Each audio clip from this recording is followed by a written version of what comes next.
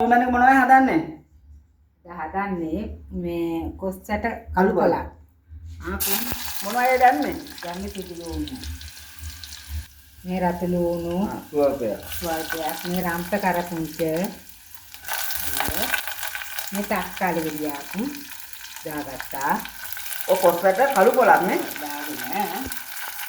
දාගෙන ඉතින් කවලම් කරා. කවලම් කරලා දැන් අපි දැන් තුන පහ ටික මෙන්න තුන පහ සුවල්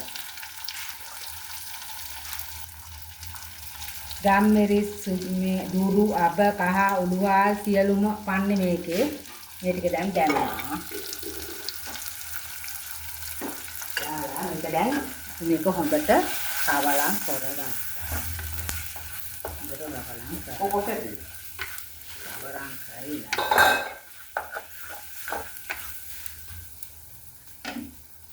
අනේ ගාට දුට්ටද. ඊටම පොල් කිරි ටික.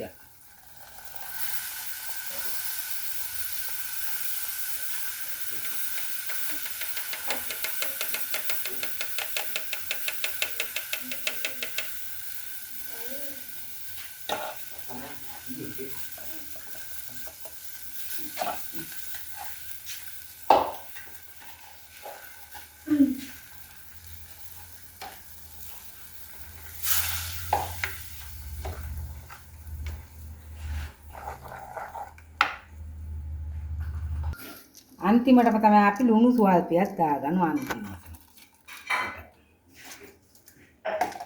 දාලා මේක හොඳින් කවලම් කරගන්නවා. මේ බලන්නකෝ දැන් එළිය මෙන්න බලන්න කිරි ටික බලන්න. කිරි ටික. දැන් අන්තිමටම අපි මෙන්න කොස් ඇට ටික.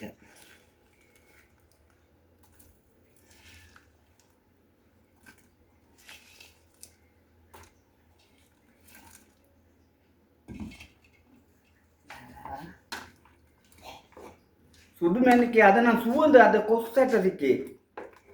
මාර සුවඳයිනේ. චිකන් සුවඳක් එන්නේ. කනෝ හොඳේ. මාර සුවඳයි.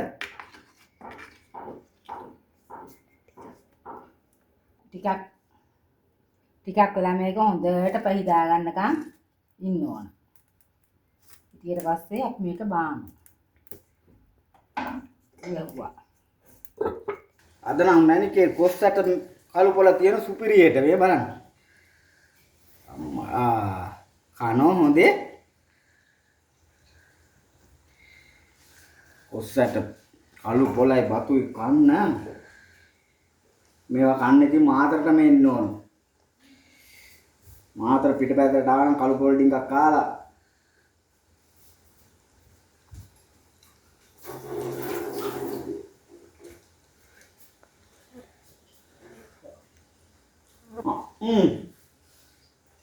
ඔන්න බං ඉතින් පරාදයි.